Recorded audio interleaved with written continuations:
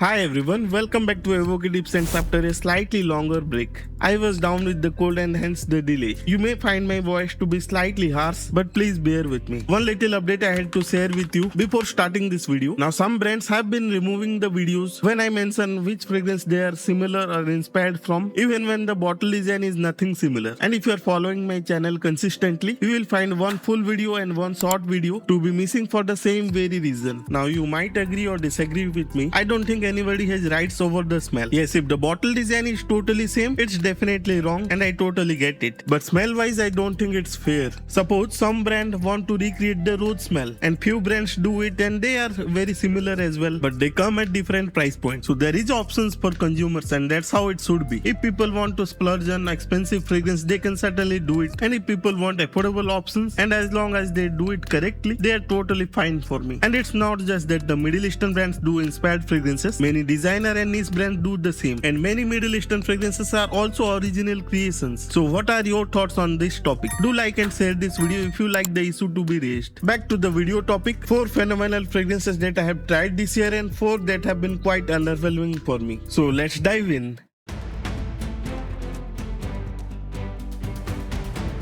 Starting with a very good fragrance that I had reviewed this year, it is the Aromatix Platine Blanc. Now it is very different from many fresh fragrances out there, which are mostly aquatic in nature and some are citrus oriented fragrances. But the Platine Blanc, it does things differently. It focuses on the crisp mint note. Now it is perfectly unisex and it is excellent for summer season or hot weather. Basically it smells like mint mojito with some added creaminess. Definitely check the full review for the detailed information. Just one update for this fragrance, the performance has got better, although not in terms of projection but in longevity. I just wished it had a little bit better projection, just I had said in the full review video. If you want to try a very unique fresh mint fragrance, you just can't miss out on this one. A very high quality and somewhat affordable but very unique fresh fragrance. But now let's take a look at another fresh fragrance which has been a bit disappointing to me. Over time it has certainly improved a lot and the scent has definitely grown on me, and that is the reason it is on the 5th spot of the disappointing fragrances. Now the Naseem Lost in the Woods, it is supposed to be fresh fragrance with some green and woody elements, and I actually brought it based upon the notes breakdown, which was a mistake on my part, and we all err, isn't it? Basically in the notes breakdown it had citruses along with the ginger and one of my favorite notes, the neroli. But the combination of vetiver along with neroli and some other floral elements, this one actually smells like mehendi, which a lot of subcontinent people will immediately recognize. Over time though, the smell has definitely mellowed down. The citruses are more prominent now. The projection and longevity is also not that bad. Right now I would say it is a 50-50 for me. But let's move on to something better. I mean, this fragrance is really good. A very underrated fragrance from the house of Lattafa. It is the Mashrabya. I have seen this fragrance go under the radar a lot and not a lot of people talk about it. If this fragrance would have launched under the Khamrah lineup, I think it would have been an instant hit. A very spicy, slightly smoky, touch fruity with some sweet caramel. This one is perfectly unisex but is targeted more towards the mature audiences, and it is more than decent performance as well. If you want a sweet fragrance for this winter, which is not focused on that vanilla accord since it is centered around the apple sisa accord, then my friend, this is the fragrance you must try. And now its counterpart, which has been unsuccessful for this year, it is the Khamrah Dukhan. The fragrance on its own in the vacuum, it is very good. Good smell, good presentation and excellent performance. But the thing is, there is already a Khamrah and the Khamrah Kahwa and the Mashrabya that I had earlier discussed. Essentially the Khamrah Dukhan is very similar to Khamrah. It is touch more spicy, slightly less sweet and much more refined. The downfall of this fragrance has been lack of innovation and not bringing something new to the table. But if you are someone who has never tried the original Khamrah or found the Khamrah to be really sweet, then this fragrance is most certainly for you. For me, the Khamrah Kahwa is still the top fragrance in the Khamrah lineup. Then I will rate the Khamrah Dukhan above the Khamrah. But better yet, get the Mashrabya. In my humble opinion, it is much better than the Dukhan. One more thing I have noticed with the Khamrah, or should I say Lattafa, they are releasing these fragrances at wrong time of the year. I mean, who is going to wear these sweet, spicy fragrances at the summer season when it is sizzling at 40 degrees Celsius? The right time for all of the fragrances that I have mentioned, it is definitely fall and winter. Now to another fantastic fragrance that I had reviewed earlier this year. It is the Afnan Rare Reef. In this video, I am not going into details of any of these fragrances and I would highly suggest you to check out the full review for even more details. By the way, if you wanted something for the winters from Afnan, definitely try try the 9 p.m. elixir. I just loved it. Coming to the rare Reef, it certainly took some inspiration and gave it a slightly spicy twist. It has that beautiful juicy citrusy smell with little bit of mint and some fruitiness from the apricot. This is going to be such a refreshing fragrance, especially when we are talking about those sizzling high temperatures. In the upcoming month, I will be also taking a look at the Rehan Pacific Aura and we will see which fragrance fares better. This year in particular, Afnan has released some of the best fragrances. I mean, they have always been very good, but this year they have slightly more number of releases. Well, the most disappointing fresh fragrance for me was from the house of Rasasi and it was the Hawas Tropical. Personally, I am not a big fan of synthetic coconut smell and I am not a big fan of Hawas Tropical as well. Well, there has been some glowing reviews of Hawas Tropical, but it might just be a case of personal taste. I would rather go for Khadlaj Island or the Hawas Malibu, but the Hawas Tropical is a big no for me. And if you have tried the Hawas Tropical, what are your thoughts on this one? So moving on to another fantastic fragrance and real affordable one from the house of Ahmed Maghribi, it is the Black Fume. There is sweet and sour raspberry with little bit of smokiness and a hint of powderiness from the iris. A very complex fragrance and a very good one for the price. And the best thing about this perfume is that you can easily find it under 2000 Indian rupees. What's even better in terms of performance, it is very strong as well. If you are interested in this fragrance, definitely check out the full review. By the way, there are many other Ahmed Maghribi fragrances I have reviewed, and if you want to check them out, I will put it on the top I button. But coming to another underwhelming fragrance, it is the Lattafa Habik. It is certainly not as bad as the Hawas Tropical, in fact nowhere near it. There has been some aspects of this fragrance which I am not very fond of.